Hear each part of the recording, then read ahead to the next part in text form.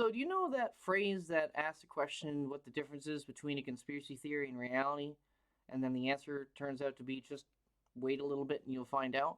Well, it seems like we can use that phrase when it comes to this scenario because we have a massive leak coming out of the Department of Homeland Security today that shows massive corruption and massive colluding on a national level, which pretty much is the number one threat to our country right now. Hey there, everybody, this is Swamp Cleaner, back with another video for you. I hope you're doing all very well. Happy Halloween, by the way. I hope you guys have got yourself some good pumpkins outside. I hope you guys have some nice candy or a good few drinks or a nice scary movie to watch. Either way that you enjoy the day, I hope you have fun. But let's get into the serious news. So today, The Intercept came out with a news piece that pretty much lays out, shows us with proof, with emails, text messages, the fact that the Department of Homeland Security has been coordinating for the past several years with big tech companies like Microsoft, Facebook, Twitter, other social medias like Instagram, and even banks like JP Morgan to censor and control the spread of misinformation and disinformation online pertaining to several highly sensitive issues that could affect the direction of this country. And if that's not concerning, I don't know what is. Because last time I checked, when government coordinates with the private sector to control an industry or to create a certain product or an atmosphere to get what they want, that is fascism. When you a lucrative merger between the state and private sector, where the private sector is working for the end goals of the state, is textbook fascism. And this is what we have here. We have text messages, we have emails, we have the whole shebang. And even we have entire Slack messages because Twitter people don't know how to delete their stuff. I mean, if you're going to be colluding on a massive scale and violating people's First Amendment rights like this, you'd think you'd have some like black hat or hackers to come in and like delete your shit, but I guess not. So yeah, this is very concerning. So we're going to get right into this. First off, I want to show you a censorship text between Microsoft and DHS. It was a Microsoft executive and a DHS official, and they're talking back and forth with each other. And they say, "Hi, thanks so much. Really appreciate it. And sorry I didn't ring last week. Think you were on the call this week." And the call they're referring to is the weekly coordination call that the Department of Homeland Security has with high-level executives in these companies like Facebook, Microsoft, Twitter, etc., to have a recap and a follow-up on how the last week went and figure out how to get ahead of the new disinformation coming out there to save the American people. And it always seems to be things that would be disadvantageous for it to be exposed for the left and advantageous if it was exposed for the right. So it seems like every single time something bad happens and it can't be spun a certain way, they need to suppress it. I wonder if it's bipartisan at all. No, it seems like it's partisan because everything that they were censoring or worried about always surrounded left-wing issues or the narrative that the left has manufactured about an issue.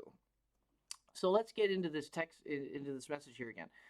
Just trying to get us in a place where government, can work with platforms to better understand the mis-dis trends so relevant agencies can try to pre-bunk and debunk as useful. Not our mission, but was looking to play a coordinating role so not every DA is independently reaching out to platforms which could cause a lot of chaos. So they're top-down, from the top government like liaison, like liaising with you. Here's the pre-bunk, here's the debunk. Now you got to push that out there because we need to, make people follow the correct message. What's the correct message? Well, whatever these guys say it is. So now that is concerning itself, but the response is what is very scary, because based off of this response, this person has no understanding of history and would do well if they brushed up on it, because the more history you know, the less trust you'll have in governments. And there's many examples that I could list off, but I'm not doing that right now. All right. I was on the call. The coordination is greatly appreciated. Was disappointed that platforms, including us, didn't offer more. We'll get there. And sector leadership had zero questions. So it's like, no. We appreciate it. Like, well, we're sorry we're not doing it like a good enough job for you, Daddy. Oh, I'm sorry. See, and they continue. This is what's the really scary part. We'll get there, and that kind leadership really helps. Platforms have got to get more comfortable with government.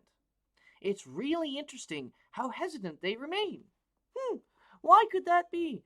Why would people be hesitant for the government to come in and, quarterback everything from behind the scenes and being all shadowy and stuff like that? Geez, any kind of, references in history that, we could dig up and look about, Hitler or Stalin, something like that. Oh, shit, well, that's inconvenient. That's inconvenient because there's a narrative and we need to protect that narrative. So here's what the disinformation is. So don't question us on that. Here's the pre-bunk. Just run with it. These people don't want to fact check. They don't want to have third parties to maybe actually say, hey, government, you want to pull out some receipts for that? No, they just accept it as fact because, it's the government's. Oh, I got to do what the government tells me. Oh, I don't want to get in trouble with the government. Dude, the government is not working in the best interests of the people. The government is working in the best interests of itself to keep itself alive and to keep growing. And how does the government grow? Well, it increases its tentacles and gets into everything. You'll see here later on. I'll point that out. But here are some of the key takeaways. I'm going to just read these off quick. From Surya Guankar, I believe that's his name. He is retweeting a good thread from Li Fang, which really breaks his stuff down. But I'm doing a more 30,000 foot kind of view quick here, because this is just mind-boggling, and this is just going to keep like it's like an onion. It's like the layers are just going to keep peeling back, and we're going to find out more and more about this. So this stuff is going to change rapidly, so I don't want to get into too many of the weeds. But anyway, here are the key takeaways. Though DHS shuttered its controversial disinformation governance board, remember that with that Broadway woman that wanted to censor everybody, even though everything that she believed in was actually misinformation itself. It's just nuts. But they axed that. But if you know what governments do, they'll tell you they've axed or closed out a program when all they do is shift the funds, change the name, and start it up somewhere else. So they wanted to go public with this disinformation governance board. They got backlash, and they just did it quietly. Said, screw these people, like these dumb rubes. We'll do it anyway. Strategic document reveals the underlying work is ongoing. See, look, still ongoing. Still ongoing. DHS plans to target inaccurate information on the origins of the COVID pandemic and the efficacy of COVID-19 vaccines, racial justice, the U.S. withdrawal from Afghanistan, and the nature of U.S. support to Ukraine. Now, all of those there are very key because there have been certain narratives that have been built up around the pandemic and the vaccines and the racial justice and the U.S. withdrawal from Afghanistan and the nature of the support to Ukraine that you can't talk about. Like, or you can't question them. Those narratives are the narrative, and you can't question it. And if you question it, you're either a Putin puppet, or you're okay with the Taliban, or you want grandma to die, uh, or you're some kind of racist. See, that's I don't want to turn this into an angry rant, but it's almost warranted that I do, because what kind of gall do these people think they have that they can just shape and meld opinions just to protect the government? I mean, it's disgusting. Do you people not? No, I'm sorry, I'm not even going to finish that question because I know it's a no. Facebook created a special portal for DHS and government partners to report disinformation directly. And guess what? That portal is still active and open right now. If you have a government email address, you can access that portal and ask Facebook, because you're the government. You can ask Facebook, "Can you please delete this nasty person? It's being problematic." Okay, no problem. Boop. We did our job. We're saving America. No, you're destroying America. You are ripping this country apart at the seams, at the very fabric of this country, because the Constitution to you is nothing. It's meaningless. And lefties have openly said this, that the Constitution to them is old, it's outdated, it's meaningless, and we need a new one. Or we need to have a progressive, inclusive Constitution. There would be no America if you get rid of the Constitution, because the Constitution is embedded with the pillars and the foundation of what makes America America. Your right to freedom of speech and expression, your right to defend yourself by any means necessary, your right to be secure in your person and your papers, as in no illegal searches, the right to a speedy and fair trial, which many people right now down in Washington D.C. still aren't getting, still haven't been charged, and they're just languishing away in a federal facility because they threw a brick at a window, or they were standing adjacent to somebody who was doing something bad. Like, actual people who'd committed like assault or crimes on January 6th, those people need to be tried, prosecuted, tried, sent to jail. But you don't hold people without charges for over a year and then torture them as well. That's a banana republic.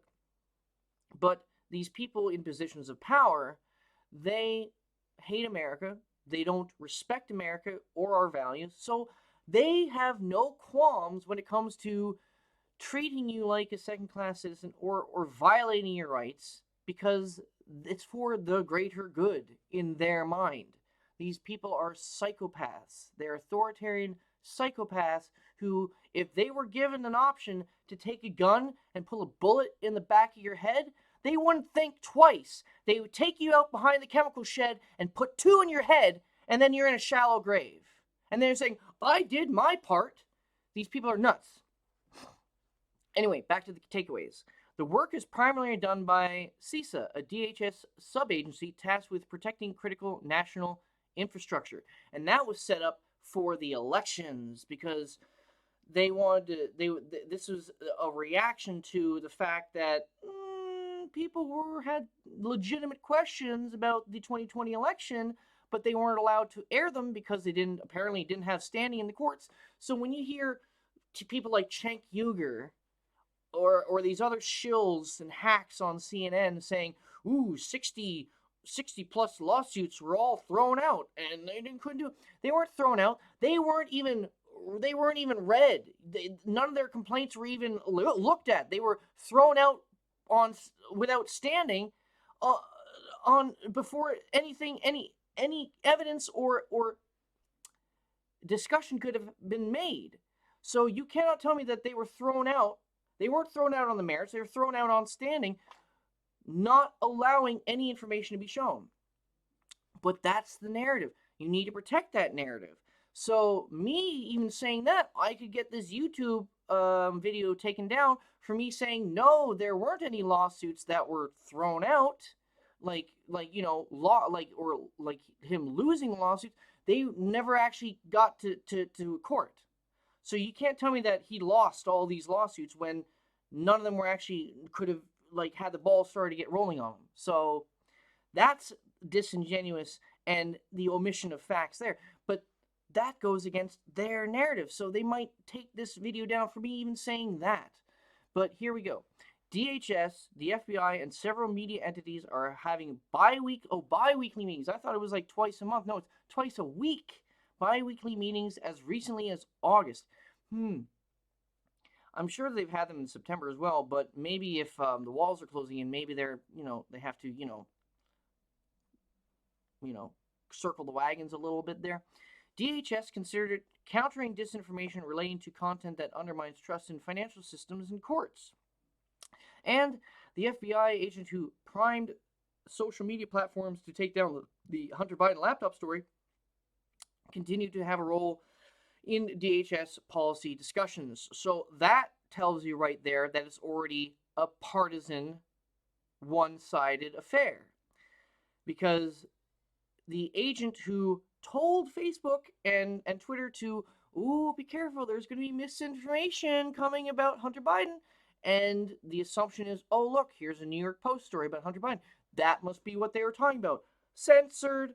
Did we do a good job? Yes, you did. Oh, thank you. Can I have a brownie? And that was lies. Like, straight up lies, saying that it was Russian disinformation and like 150 intel agents, officials agreed. And it's just like, who are these people? Oh, John Brennan, Clapper, all these people who spread the Russiagate fake collusion hoax. So it's hoaxers like working with other tricksters and gaslighting you into what is real, what is fake. They're trying to literally invert reality to where what they're doing is out in the open, but they're saying, no, it's this guy here, Trump, bad. You got, indict him, throw him in jail, right? What happened to the January 6th committee stuff? I know they had a hearing a couple weeks ago, but nobody cares. This is what people are going to care about because it shows how corrupt all this crap is. I guarantee you the January 6th stuff is an offshoot because of all this crap, because of all this disinformation, this heavy-handed, like, tentacle stuff that the government is doing. Like, it's disgusting. But here we go. Here's a good thread here from Eigenrobot, and it shows many tweets and links to the rest of this story. So if you want to research some more, look up Lee Fang, look up Eigenrobot, or whoever else, Jack Posobiec, Tim Pool, anybody, Benny Johnson, anybody, because the floodgates are now open. You can find this stuff everywhere now. But you had a guy, Yoel Roth, who was, I think it was a Twitter engineer. And this comes into specifically Elon Musk's accusations. This guy is pretty much saying, oh my God, we're literally doing, or you're literally doing what Elon is accusing us of doing. End it, stop it. And thank God, this guy is, technically he's a whistleblower, so thank you, sir. Thank you for doing that. Good job. Because this shows on the Twitter end how the government censorship thumb has been affecting them. Because they're literally running around like chickens with their heads cut off, trying to lie and obfuscate, but then also force Elon to buy Twitter. They probably wanted to get him to force him. They probably want this to happen. They forced Elon to buy it, and they want Elon to run afoul of the national security agreements that Twitter has with the U.S. government to suppress certain things. And if he goes against that, then feds will come in and arrest him or something, and then you'll never see Elon Musk again. Like, hey, Elon, you got a good security team, right? Like 10, maybe 20 guys. Well, make sure they don't just have, like, Glock sidearms. Some of them need to have some, like, compact Uzis or, like, some MP5s or something. Because I would have put a bet that the FBI or the NSA or some kind of alphabet agency is going to want to put a hit out on you. Like they'll have some team come in, or you know what, they'll poison you or something like crazy because like, dude, based on like, does that sound crazy? Does it sound crazy that the government might poison Elon Musk because he might expose the government with all this stuff? No, not to me, because governments have done this. Every government has done this at any time in the world. The Russians have done it. The British have done it. Americans have done it. I mean, different times, different strokes. I mean, history doesn't fully repeat. History rhymes. The players change, the locations, timing changes, but underlying ideologies or underlying scenarios usually have very similar markers to them. So it doesn't always play the same tune, but the beat sounds very familiar. So let's keep scrolling down this thread here because I quickly saw this thread and I didn't really see what exactly was all in here. Goodness, wonder if he also has access to the invoices Twitter sent to the CIA. Wonder who else is suddenly having to change their pants right now. And what does this guy mean? It's like, as some Twitter employees have pointed out to me, their Slack is actually set up to be prohibited editing for deleting old Slacks due to an FTC consent decree. So I guess it's happy hunting for Elon. I mean, so that just means all of Twitter's dirty laundry about on their end's communications will be known, and now all we need is it coming from the government to fill in the spaces, and Bob's your uncle, Fanny's your aunt. We got these people where we want them. Are we out of the realm of calling for like military tribunals and executions? That's not out of the realm of possibility, in my opinion. Because what I see here is just straight up treason from the top down. It's straight up an attack on the American people, on the country itself. For what? For politics? For power and control? It's authoritarianism. Like, these people can get fucked. Like, honestly, I don't give a shit anymore. I'm gonna swear. It's like, this is some bullshit, okay? This could be the greatest $40 billion public service in history. Yes, maybe Elon saw this and he was like, oh, I can't get into this. But then he said, well, I'm in for a penny, in for a pound. You know what? Let's do this and see what happens. Maybe he'll take a lick or two, but this is for the greater good. If you want to know what's actually for the greater good, this is for the greater good.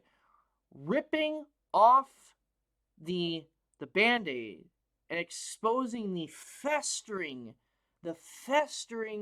infection that is this weird creepazoid leftist progressive ideology that went from Tumblr in 2013, less than 10 years ago it was on Tumblr, and now it's at the highest levels of the American government, and they're using their ideology and their positions of authority to transform the cultural landscape.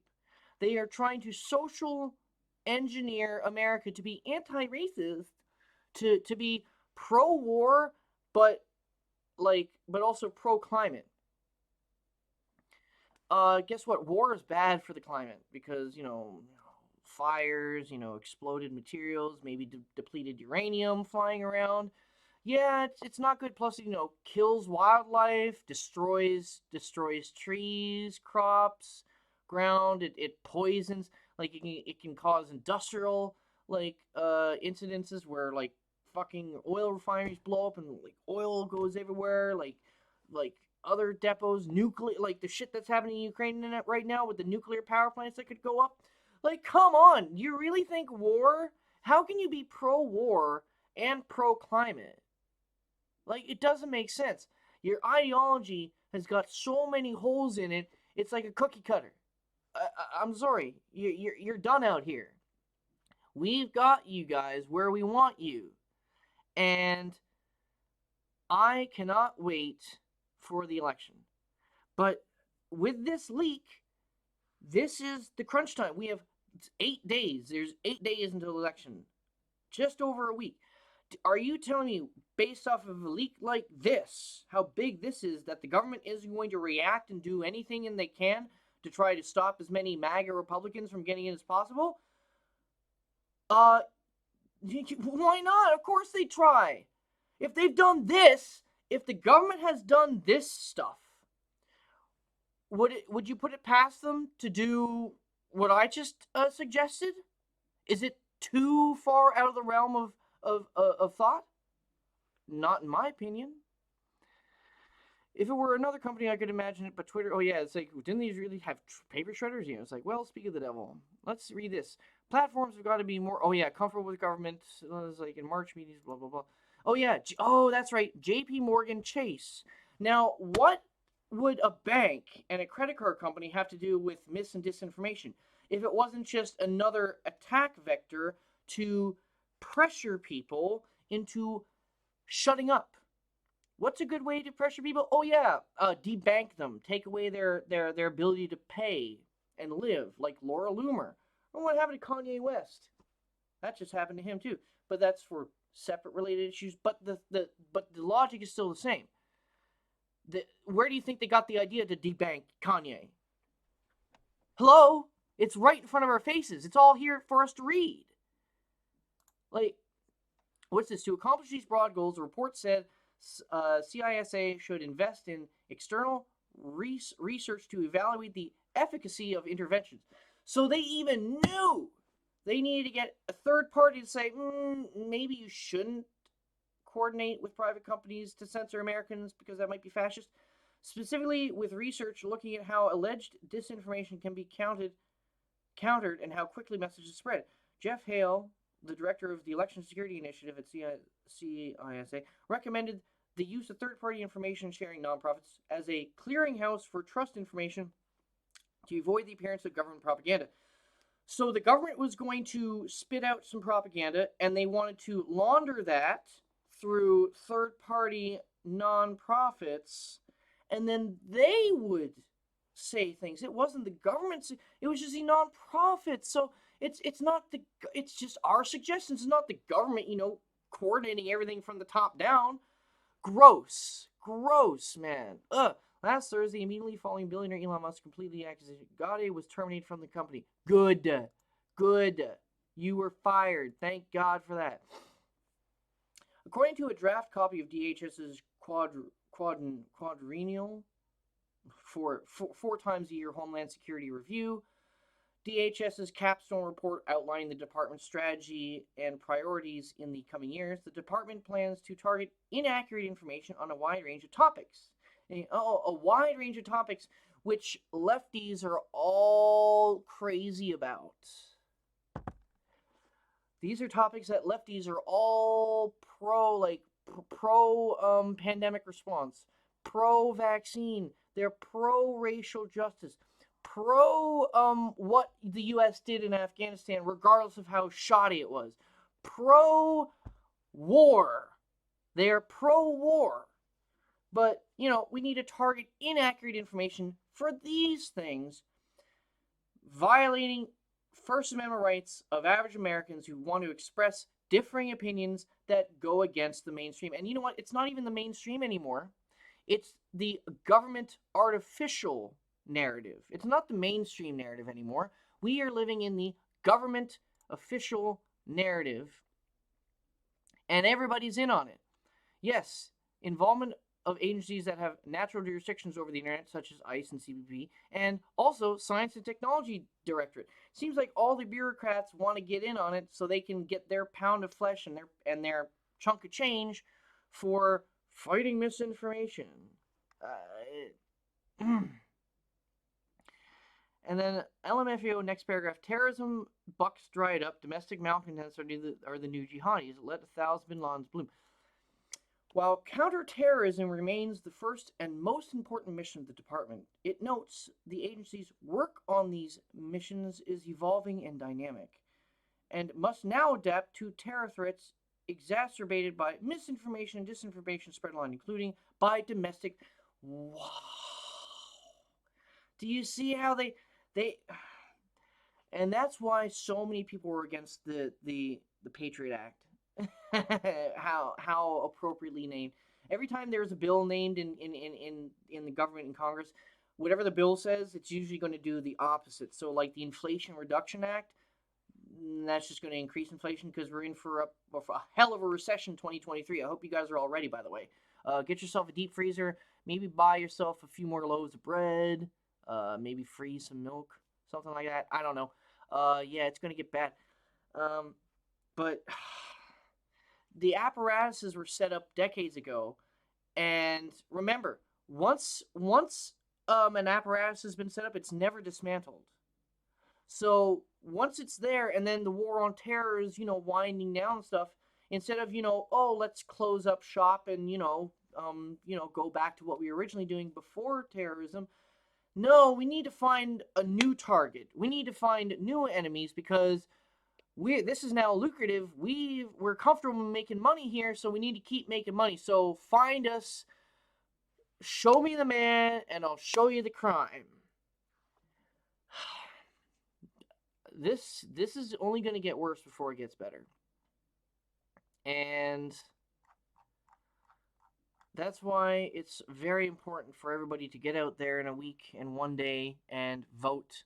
I know that there's been early voting and mail-in voting, and one good thing I've seen from Republican ads is that they also now include mail-in voting in their ads. That's very important because I know a lot of conservatives were, and we should be, more around the traditional classical way of voting. Everybody votes on one day because it's important. You get up off your butt and go and do the important thing.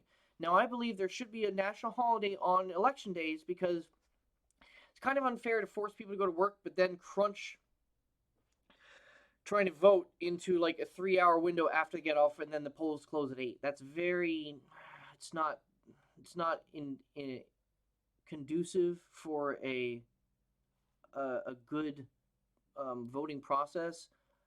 I think that we should have a national holiday on voting day so people can calmly and like everybody has at their own leisure throughout the day to go vote. As in, there is no rushing around and pressure. Even though voting is important and there should be pressure to that, it needs to have some conveniences. But back to the ads, the Republicans are saying mail-in voting and early voting are here. Take advantage of it if you decide to, and that's good because we're seeing mail-in voting tallies based off of coming back from registered voters, not who they voted for, but based on the household that it's coming back from. Seems like a lot more conservatives have been voting early this election cycle. So the whole advantage that the Democrats had in that whole window has been etched away to almost nothing. So, in my opinion, it's going to be either a blowout or a semi-blowout. The Republicans are going to get a minimum 20 seats. I'll say 20 to 35 seats, and I believe that we'll get either 0 to 2 seats in the Senate. I'm still up there.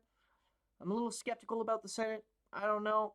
I'm thinking that it could still be in the Democrats' control because Kamala Harris is that tiebreaker. So we need 2 seats. We need 2 seats in the Senate, and we're golden. If we get 3, that'd be awesome. But yeah, you know what? I think I'm going to end this video here because Tim Pool starts in about 10 minutes. And I'm definitely going to be watching that. He's been doing a very good job past couple of years.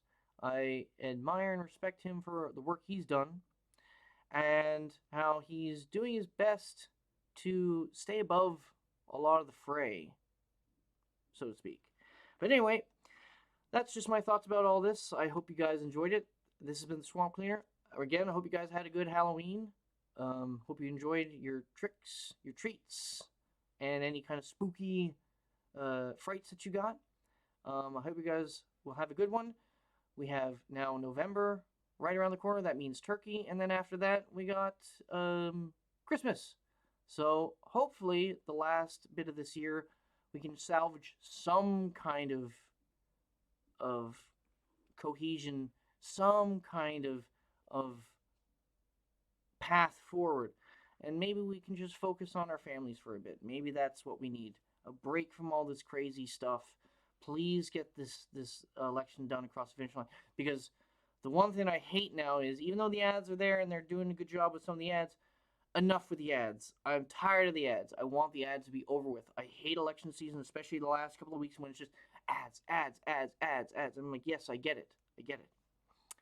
But anyway, I'm going to stop rambling. Hope you guys have a good one. This is Swamp Cleaner. I'll see you later.